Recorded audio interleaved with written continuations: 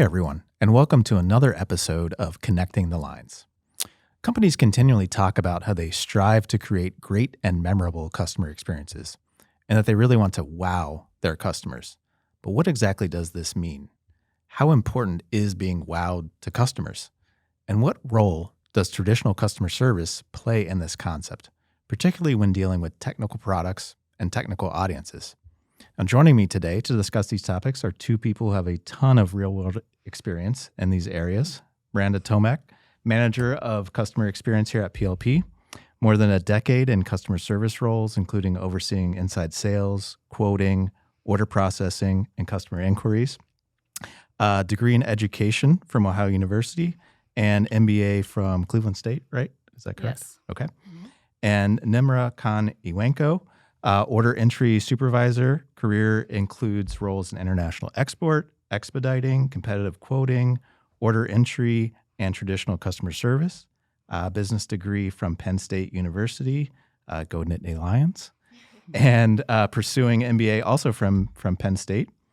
And I love that you said that you like spending time with your family, enjoy the outdoors, and you like to learn new things. Absolutely. So what's something that you've learned recently that you really enjoyed, something new?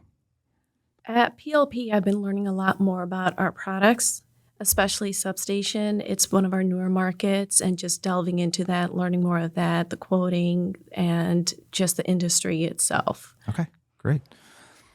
So we're talking about customer experience. So let's set the stage a little bit. What do we mean when we say customer experience? And Miranda, I'll kick it off to you. So it's a pretty big category. It's hard to just quantify it into, a single statement. But I would say it's what a company does in order to give an experience to the customer that's exceptional. You want to get an exceptional feedback. And unfortunately, it's not just one step of the way. It's, what if something happens and there's a problem? How easily does that get rectified and resolved? And was that an easy process? And it's the whole journey of the customer from beginning to end, and follow-ups and continued purchase orders, and it continues. So it's really just kind of every interaction that a customer has with a company, whether it's the traditional customer service or product or shipping, right. Even if it's, we technically don't ship the product, but did we align it so it shipped well? And if it didn't, did we resolve that problem for them effectively? Okay. So what role does traditional customer service play in that experience? I'd say we're the center point. We do interact with the customers. So our customer service department, we, get the bulk of the emails, the calls. We hear the urgency. We have to be the face of PLP. Customer service is pivotal, but it doesn't stop there. We also have to work with other departments and make sure they're our customers, and hopefully they see us as their customers, and kind of lead that journey, the journey within PLP to help make sure that we are resolving problems for the customers quickly. And so we're the center point. We pretty much handle everything that the customer is going to send in to us. Okay. So, Nimra, what do you find like is most important to customers when you're on a call with them or interact with them?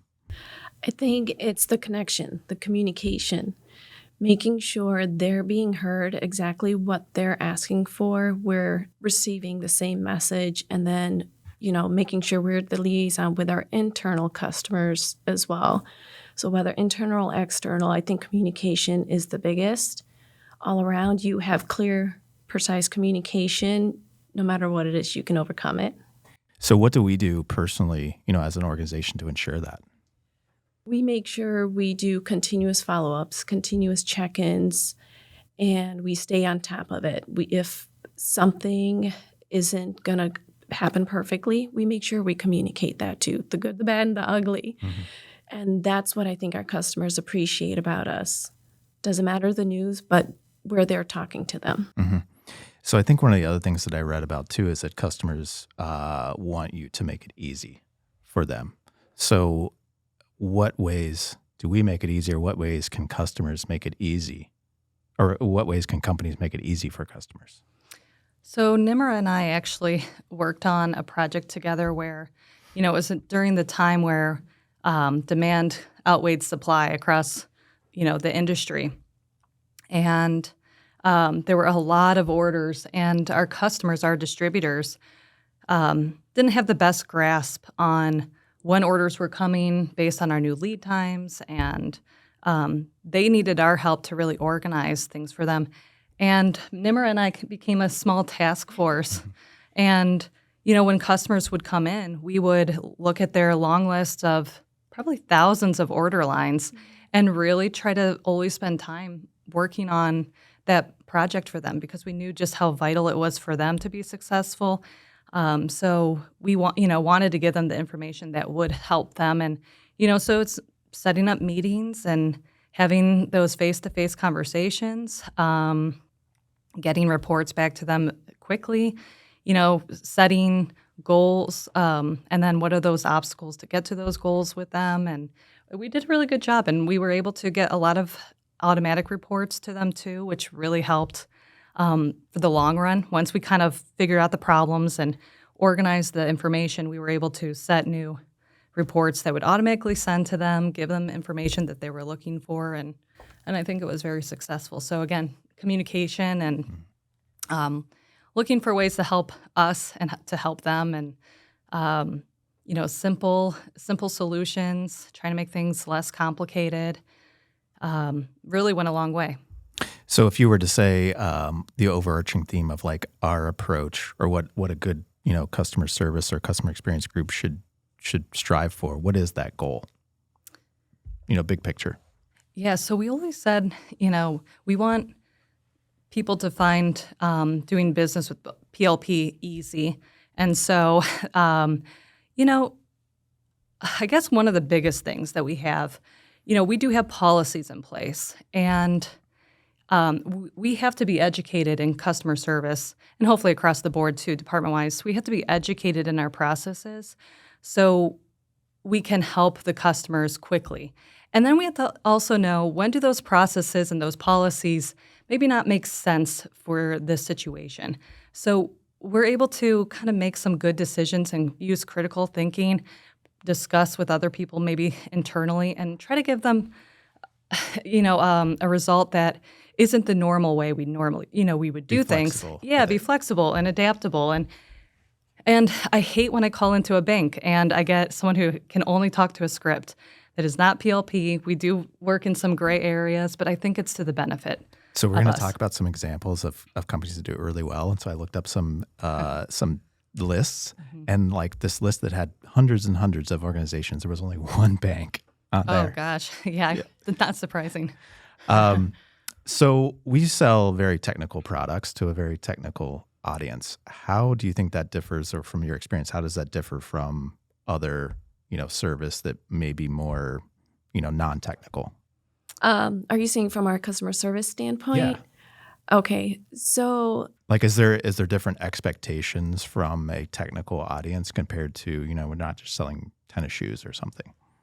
yeah, we have to know our products. We have to learn, and every day is a chance to learn a little bit more about them. There's an internal meeting every Mondays that, Miranda helps set up, that our wholesale and marketing group is in, to make sure we all have a thorough understanding, or at least for a customer service side, at least the top layer, and then know from there who do we need to direct the question to or the email to. So then the product support team steps in and is able to provide that information more thoroughly, have that conversation on the phone. Like, they'll get on the phone and they'll talk to them. Mm-hmm. So there's no hesitation there. Everyone's stepping up and learning and be able to provide the information, I think, is what helps. So you talked a little bit about like that personal touch. How important do you think that is? Because there's a lot of new technologies out there that can kind of automate things. I think as the companies do it really well, still maintain that personal touch. How do you see the balance between like automating things and making things easier, and then also like the personal touch? I think the personal touch is what makes PLP stand out. Again, anyone from our customer service team, whether in order processing, expediting, dealing with shipping issues, everyone takes it upon themselves to be in touch with that customer and provide that information and not just let something like an auto reply or anything like that go on. So they'll connect with them. They'll step up and help out when, even if it's a question that doesn't have to do with their direct role, they will still make sure that that is attended to personally. What about, so our two largest industries that we deal with are electric power and communications. Is there a difference between expectations between those two industries that you've seen, or same across the board? Well, we always joke that the communication customers like to call in, and maybe that's because it was, telecommunications to begin with. Use their service? Yeah, so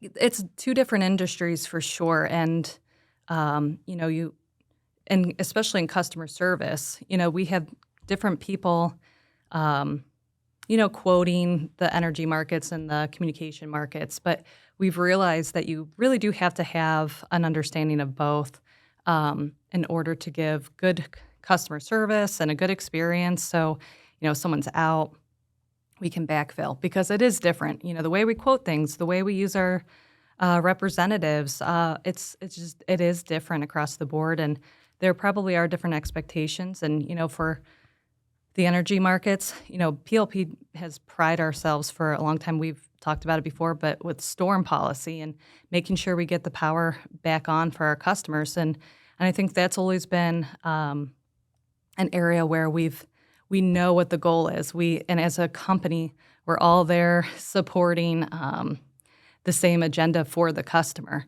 And, we do that in telecommunications too, and in that market. But so explain that to me for anyone who doesn't understand that storm response, what we mean when we say that and how that process happens.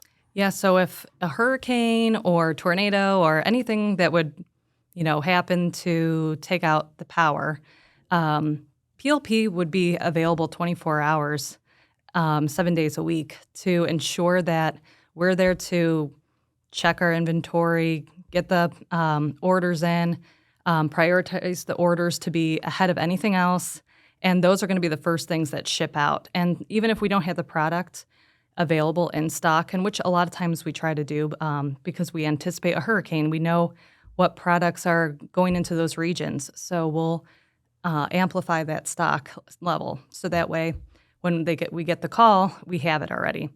If we don't have it in stock, we're going to pretty much stop production of anything we were doing before and put that order on that line first and get it out. Hopefully, usually it's within 3 to 4 business days if it's not in stock. Some things might be a little later, but usually I would say the average isn't beyond the first week after the power has gone out. And we've always been very successful in helping our distributors and the end customers in those scenarios. So it's a very proud program we have. That's great. What about like a memorable customer experience? Is there something that sticks out in your mind, positive or negative, I guess? Nimra, do you have anything? A situation that comes to mind is from when I was expediting, actually. We had a customer that had called in a helicopter to help install some of our product. And they were sitting there on standby, and PLP had to line up and make sure they got all the material out to them as quickly as possible. The plants were able to produce the material, pack it up, ship it out. We overnighted it to them, and everything arrived for them in good timing. So that way it didn't cost the customer any more than it should have the helicopter there, because that could get quite expensive there. Explain to me what an expediter is. So an expediter analyzes orders and looks at which ones take priority. For example, Miranda mentioned storm. So pretty much all hands are on deck when it's a storm order. We look to see if the product's there, make sure those get shipped out. Every day orders are reviewed. Depending on their routing or their requirements, making sure that's communicated to the plant, whether it's documentation or packaging. looking to make sure all urgent orders are shipped out on time. We sometimes have to make that judgment call of, yes, orders come in FIFO, but these are a priority for this situation. So just being very analytical for all the open orders and looking at the material and demand and being that voice for the customer internally with our buyers, planners, schedulers, shipping team, everyone to be our customer's voice to make sure that gets taken care of. Cool. So as an organization, we're very global. And I'm sure you've dealt with international either operations or I know we do U.S. export here. Is there a difference between expectations from U.S.-based customers versus international? Culturally, I guess? Like documentation-wise or communication-wise? More communication, like expectations on, just generally, more of like a cultural I'd say aspect. I've seen things. We work very closely with our PLP France subsidiary and for a major customer. And, it was one of our it was a big customer that required a lot more dedication and time and, for lack of a better word, hand-holding through the process. More requirements for labels and packaging and we do it, but it was on a different scale. And we definitely had to accommodate that. But it can happen in domestic or export. But we will say that was a pretty significant account and still is to this day. And there's a lot of work that goes into it. And there is more communication maybe that's involved because sometimes there is a language gap and there's a time difference. And so you almost have to make sure you're, making an extra effort to work through some of those obstacles that we're not used to always working through. Now, that's from a domestic perspective. I don't usually dabble too much in international, but, Puerto Rico, we consider that domestic. And even though it's export, same thing. It's a bit different culture. Mm-hmm. But I like different cultures. I have fun with it. And right. So I actually enjoy those experiences myself. And when I get to work with people who, just have a different perspective in life, and it's a good learning opportunity. And, you get to take those lessons and bring them back to, your domestic customers and try to, enhance their experience Right. in the same way. In your experience, are customers more likely to reward good interactions or to punish bad interactions? This is more of a psychology question, I guess. I will say, actually, at PLP, I have found that we are rewarded much more for positive, and we have a lot more in positive than we do negative. So Right. maybe that's Maybe that's the reason. yeah. But in your own personal life, of course, for me, bad experiences stick out more than maybe the good experiences. I can definitely think of bad experiences versus good experiences. So. Mm-hmm. But I will say, luckily, I feel like we've had a lot of positive feedback, and we reach out often. We do surveys. Those usually come back very positive. We don't usually see too many complaints or concerns. We talk to our customers directly. We have meetings with them, sometimes on a weekly basis, and we have good relationships with them. We like working with them, and that's partly maybe my role is to, develop those relationships and help oversee that customer service perspective for them and make sure it's working the way they want it to. But I think we have some really good, strong relationships across the board. Mm-hmm. So I was reading about kind of customer service and how it plays a role in customer interactions and keeping customers and gaining customers. So there's a whole slew of reasons why people might choose to work with an organization. It could be product, it could be service-oriented, price, all that kind of stuff. Mm-hmm. But the number one reason that people leave is because of bad customer service. Mm-hmm. So let's talk a little bit about customer experience as a competitive advantage. So do you think it's a competitive advantage and should be part of a strategy for an organization? Oh, 100%. I think I think you can definitely build loyalty. I think, we see it in the industry with, where partners are and who partners up with who. And it's very hard to break those bonds. And especially maybe back to your technical question, these are technical products. So it's not so easy as, I'm just going to switch, because it's an entire network we're talking about. So there's a loyalty factor there.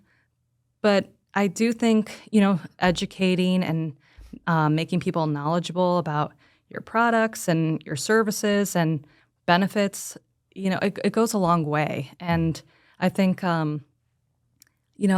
if I like someone I'm working with, I want to continue to work with them. Right. And I mean, even on a small scale, we have, 4 people in our order processing team and 6 people in inside sales. And sometimes I like to just go to the one person, maybe in each of those, who are leaders, because they know what they're doing. They give me a good experience. I trust them.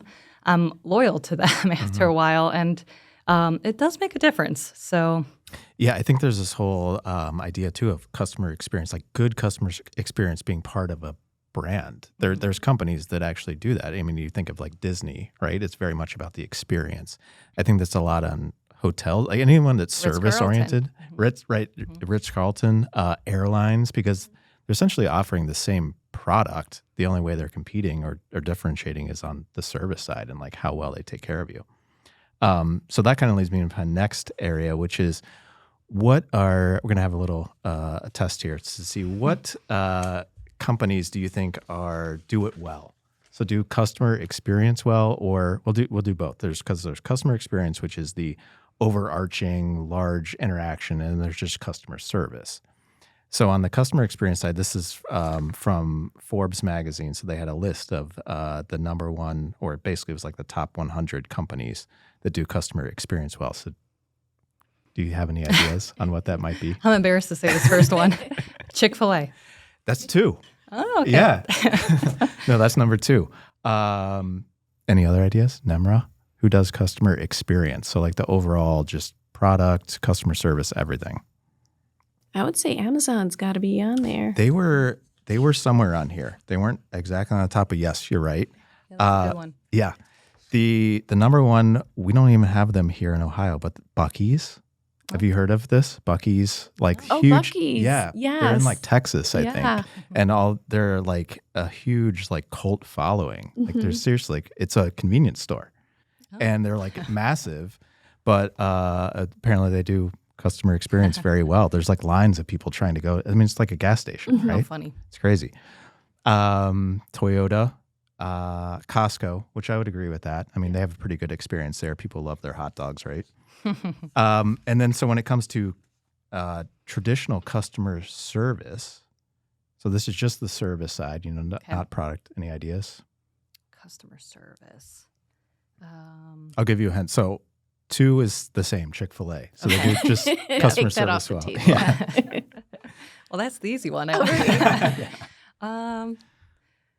Gosh, customer service.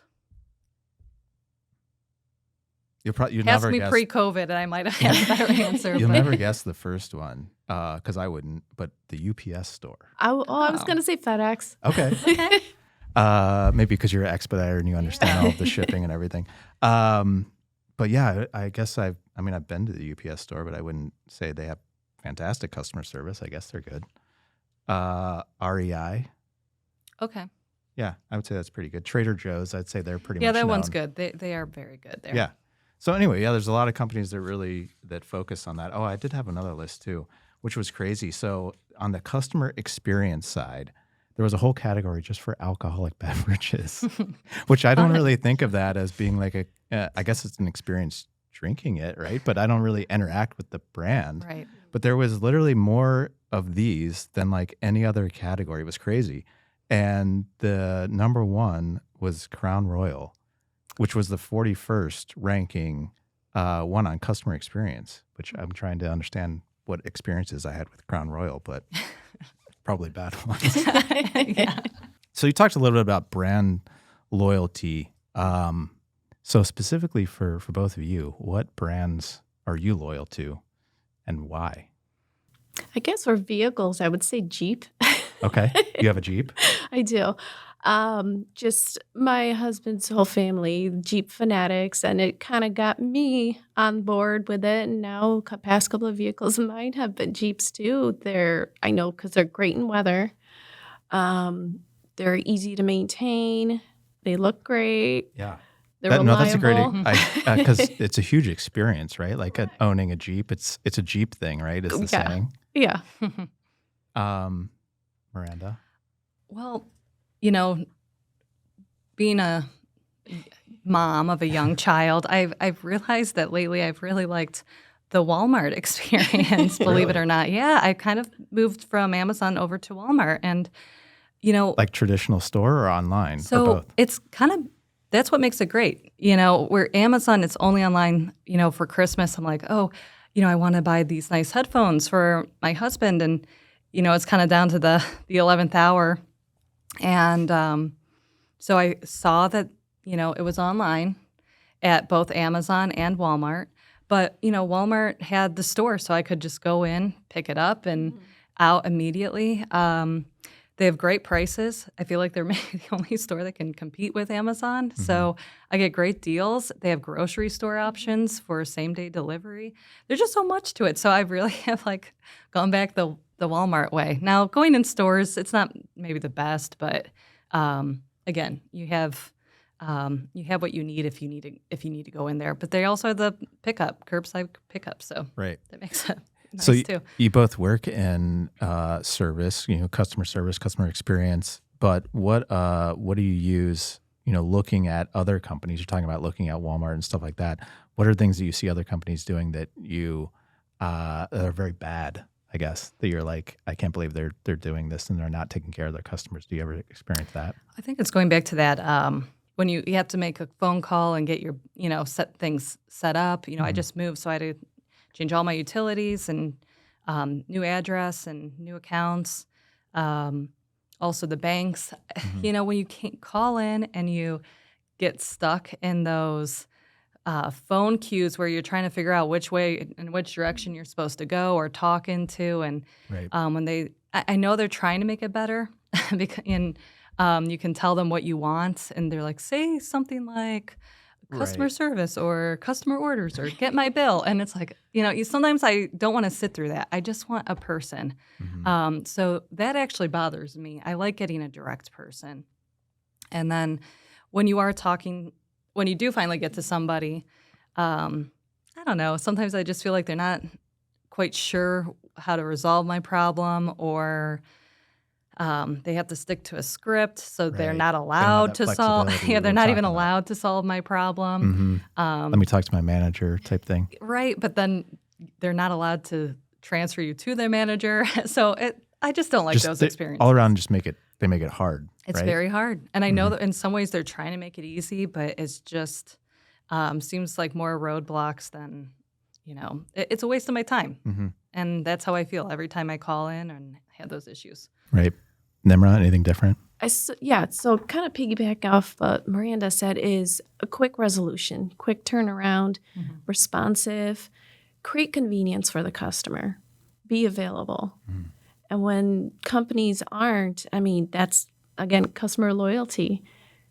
They'll go with whoever's taking care of them, treating them better.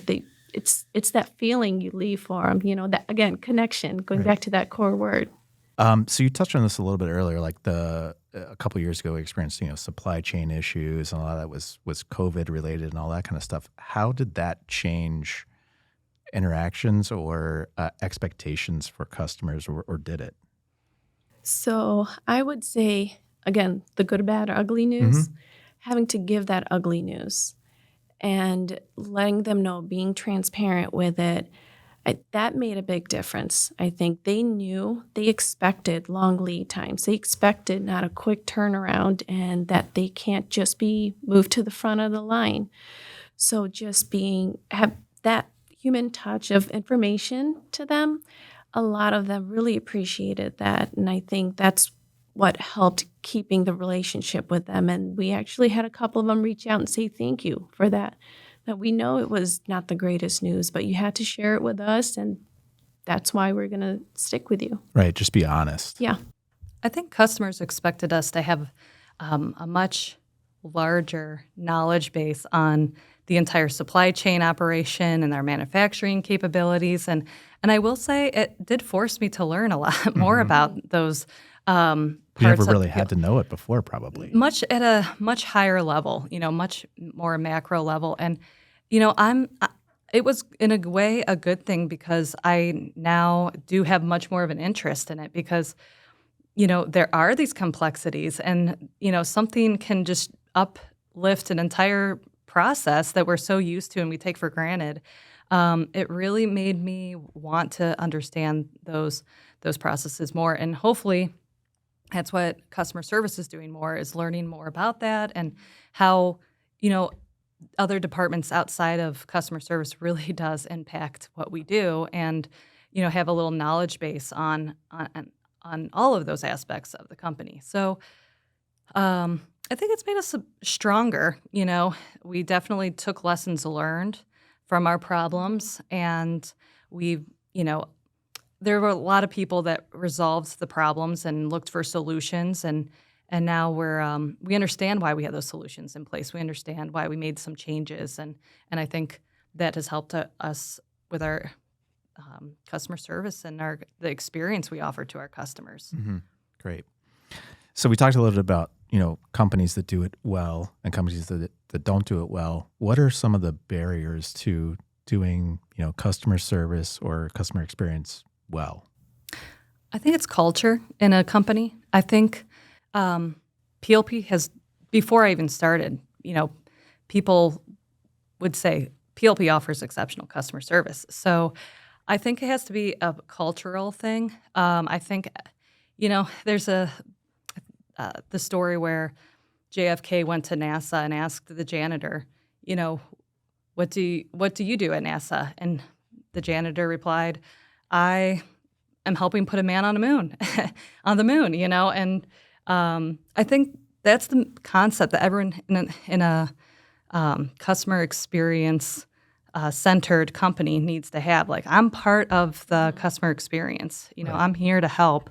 So I think that's a huge thing that, the culture, you have to be dedicated to, and whether you're the one talking to the customer or not, you have to be dedicated to making those, your work part of the customer experience. Right. Everyone's on the same team, same mission. Yes. And you kind of touched on it a little bit too, like the internal customer service. I think you have to have good internal customer service to be able to have good external customer service. Oh, definitely. I think people who are working in the company have to be happy, and life's not going to be perfect, but I think ultimately it should be a good working environment, and people are happy to work with one another. They have good working relationships.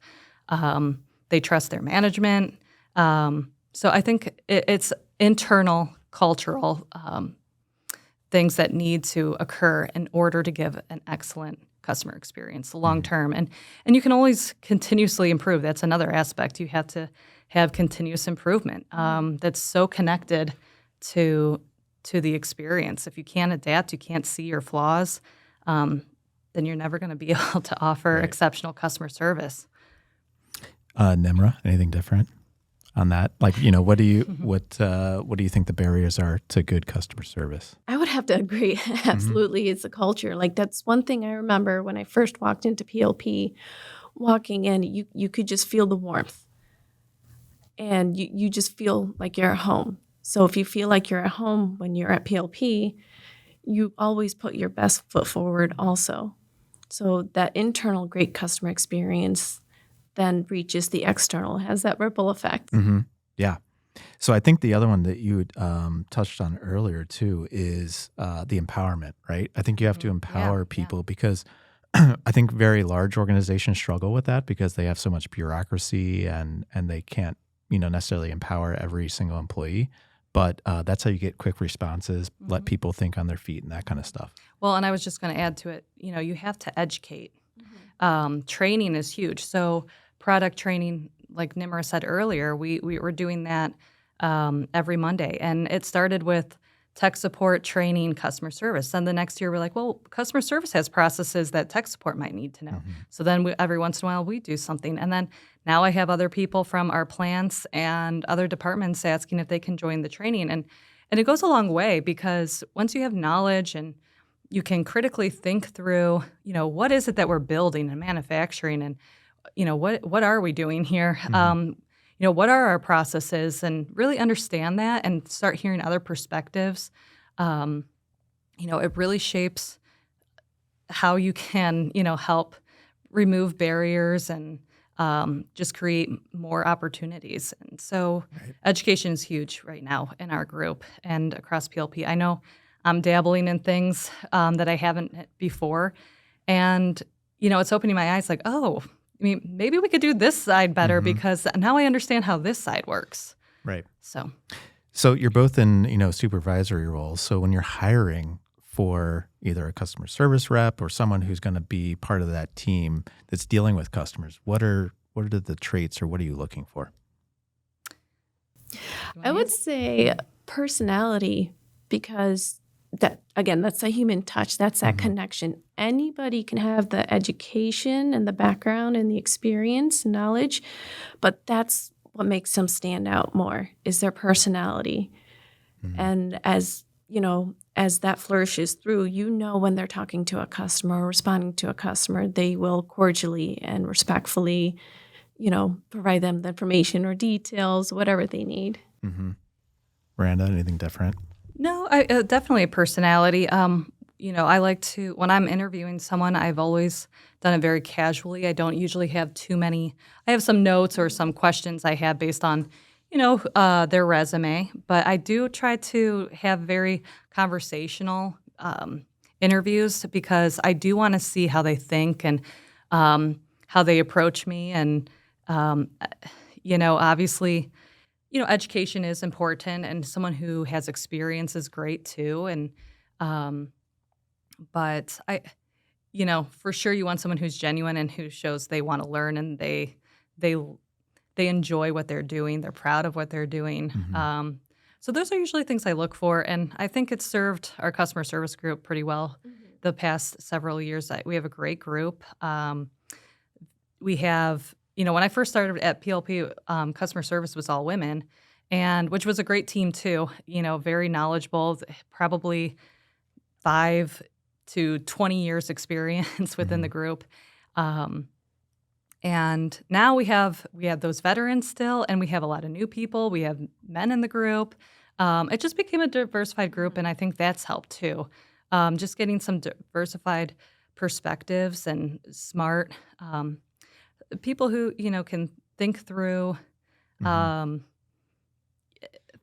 response as well, and just put their best foot forward too. And it's proven to be a very productive group. Great. So final question, and you kind of touched on this a little bit, but we talked about continuous improvement and evolution of this. So how is it going to continue to evolve on the customer experience or customer service side, especially now we see new tools like AI or what? I was just going to say that. Well, there you go. Now's your opportunity. Yeah, so we're definitely looking at AI opportunities, and not to, go to those phone, right. Automated stuff. Yeah, right. But just to help us, improve. And I can't exactly narrow down what it's going to be, but, we're open to those ideas. So definitely AI. I think we've been very internally focused, trying to get us where our education is up to par, and we're learning new things, getting outside of our customer service mentality and looking elsewhere. I think the next step is going to be trying to reach out again to customers, which we do, but maybe on a different in a different level, or reaching out to different departments. And connecting with different departments differently, and building in those ways. Nimra, anything different? Where's it going? What's the future? I don't know how to top off the AI comment there, but we're constantly, I feel like, looking at our current processes, seeing the best method? It might not be the quickest or shortest, but what's the best method? What's greatest for our customers? During that time of COVID and the crazy supply demand, that having those open order reports for our customers, that was a quick stand on your feet change. So it could be something like that comes about. We look at the needs and the demand that questions customers are asking for information a lot on, or how can we help appease that or provide that? So I think there's opportunities everywhere we look, and I think our team's been doing an excellent job in delving into that. Nimra's done a good job too. She's been working on some tools that we have internally to start sharing those metrics and to analyze the data with our groups daily. So I think that's been a big win for us too. Great. Well, thank you so much. This has been educational for me, and appreciate your time. And Hopefully it was a good experience. Right? there you go. It was a great experience. And hopefully it was for all of our listeners. So stay tuned to more Connecting the Lines.